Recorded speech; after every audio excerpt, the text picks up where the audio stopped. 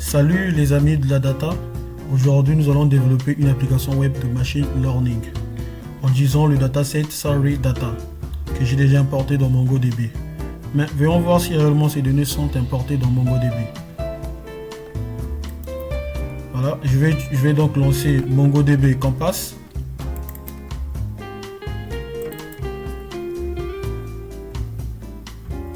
Très bien.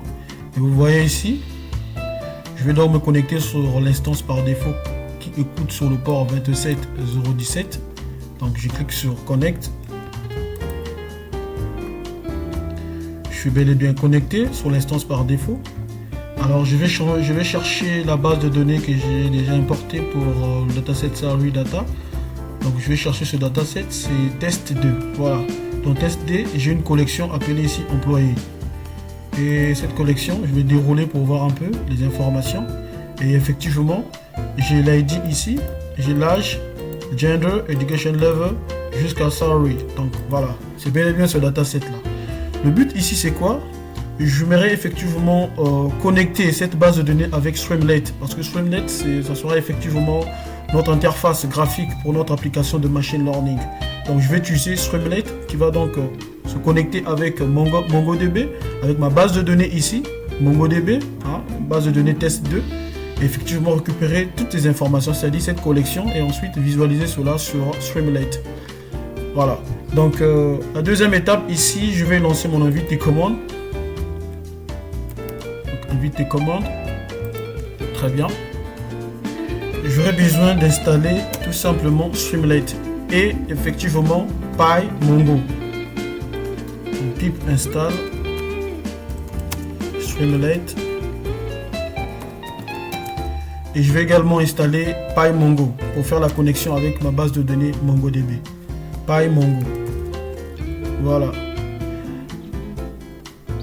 Et vous validez par la touche entrée.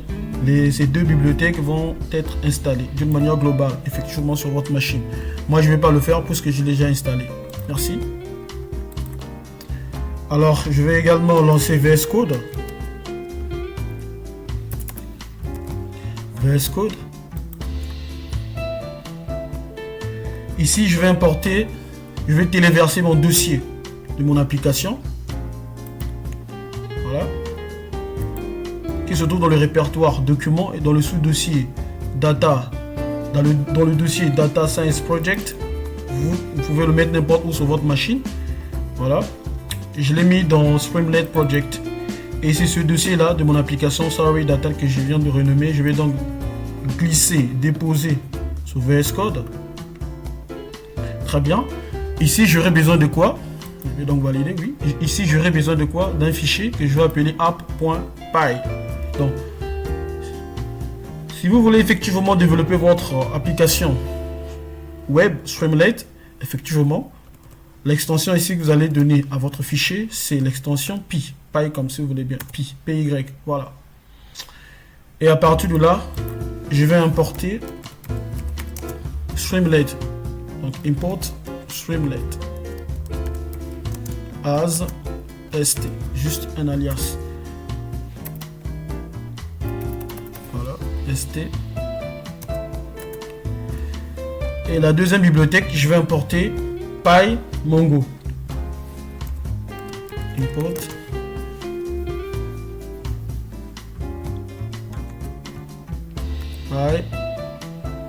PyMongo.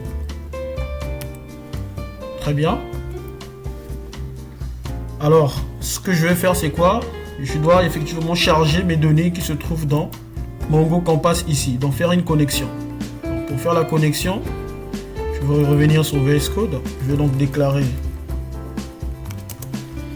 une variable que je vais appeler client. Et ici, j'aurai quoi? Je vais donc faire appel à PyMongo. PyMongo. Point. Dans PyMongo, je ferai appel tout simplement à une méthode ici, Mongo Client. Donc, Mongo Client en français, bien sûr. Mongo Client. Et cette méthode attend tout simplement deux arguments. C'est-à-dire localhost, puisque je suis en local. Localhost. Très bien. Et là où il y a localhost, vous pouvez remplacer par l'adresse par défaut hein, de votre machine. Donc 127.0.0.1. Voilà. Virgule. Le deuxième argument, c'est le port sur lequel vous voulez effectivement vous connecter. Moi, je vais me connecter sur l'instance par défaut qui écoute sur le port 27017. 27017. C'est là où se trouve ma base de données, dans cette instance-là. Très bien. Et par la suite, ce que j'aurai quoi? Je vais déclarer donc une fonction appelée getData. Je vais effectivement récupérer mes données. GetData. Il n'y aura pas de paramètres, bien sûr. Et dans getData, dans cette fonction, je vais donc déclarer une variable DB, donc la base de données. Je vais effectivement me connecter dans cette base de données.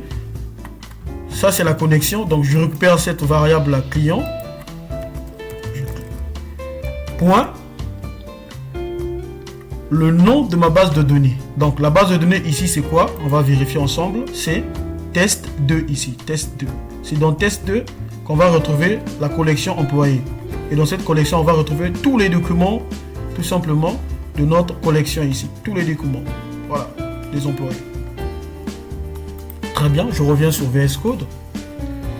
Je vais donc taper le nom de la base de données qui est test2. Très bien. Et par la suite, je vais créer une variable collection, c'est-à-dire une collection ici que je vais appeler employé, puisque c'est dans test2, on retrouve la collection employé, justement là. Très bien. Employé. Et à partir de là, je récupère cette variable db, point, db point suivi du nom de la collection qui est employée. Voilà. Donc c'est dans db, tout simplement dans cette base de données, db, qu'on va effectivement récupérer la collection employée. Et par la suite, ce qu'on va faire ici, c'est quoi? On va utiliser la fonction find pour trouver tous les documents qui se trouvent dans cette collection employée. Donc, il va trouver cela dans find. Très bien. Alors, à la ligne, ce que je vais faire, c'est quoi?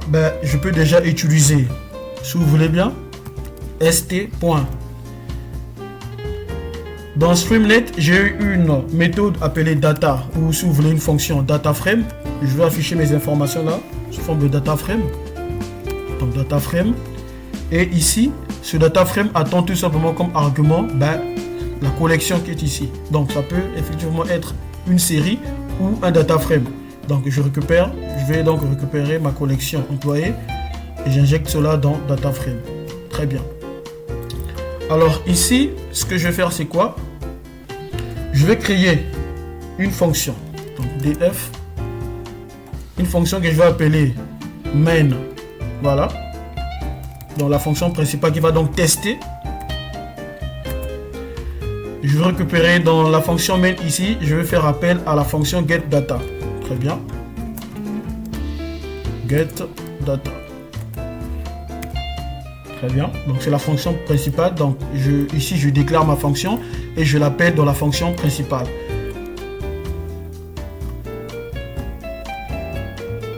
Par la suite, ce que je vais faire, c'est quoi? Je vais effectivement tester la fonction principale. Donc je vais déclarer tout simplement une condition ici avec le if. If quoi? Underscore name. Voilà le name que vous voyez ici. Très bien. Égal double quote underscore à main, c'est-à-dire si le nom là est égal à la fonction principale que vous voyez ici, main. Donc underscore cette fois-ci. Si c'est la même chose, dans ce cas, je fais appel à la fonction main. Voilà. Très bien. Alors, je vais effectivement résumer ceci. Dans la fonction main, je fais appel à ma fonction getData, tout simplement de la fonction principale.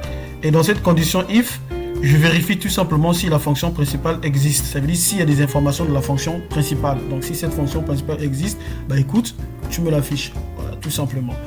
Alors, ici, on va revenir. On va effectivement utiliser @st. C'est-à-dire pour le cache tout simplement de nos données. Donc on va utiliser la fonction ou la méthode cache data. Très bien. Juste au-dessus de cette fonction, juste au-dessus de cette fonction get data. Très bien. Voyons voir un peu si tout va bien. Alors, c'est très bien. On va tester cette application sur effectivement notre navigateur. Donc, je vais ouvrir le terminal ici de VS Code. Ce que je vais faire ici, je vais donc lancer le serveur. Pour lancer le serveur ici, il suffit juste de taper la commande suivante. Donc, Streamlit. Donc, je dis à Streamlit tout simplement de lancer le serveur. Donc, Streamlit Rhine suivi du nom de votre fichier. Donc, le nom de mon fichier ici, de mon application, c'est app.py. Voilà. Très bien. Donc, Streamlit Rhine app.py. Je valide par la touche entrée. Et bien, on va voir. Très bien. Vous le voyez ici, nous avons nos données. On s'est bel et bien connecté sur la base de données, c'est-à-dire sur notre base de données test 2. Venons voir tout ça. Cette fois-ci, en utilisant Streamlit pour interface graphique tout simplement de notre application qu'on veut développer de machine learning. Vous voyez, nous avons notre dataset, ou si vous voulez bien notre dataset ici, data frame, affiché d'une manière graphique. Donc nous avons l'ID, l'âge, le gender, education level, jusqu'à la variable salary. Voyons voir donc on passe, est-ce que ce sont les mêmes informations que nous avons sur notre application? Voilà, ce sont les mêmes choses. Donc nous avons l'ID, l'âge jusqu'à salary. Donc on s'est bel et bien connecté sur notre base de données MongoDB. Voilà. Donc ici, ce que je vais faire, c'est quoi? Je vais ajouter un petit titre là pour dire que c'est notre dataset. Donc je vais utiliser st.title, donc le titre, title. Et cette méthode attend tout simplement un argument, c'est-à-dire le message. Je vais dire dataset par exemple. Voilà, dataset.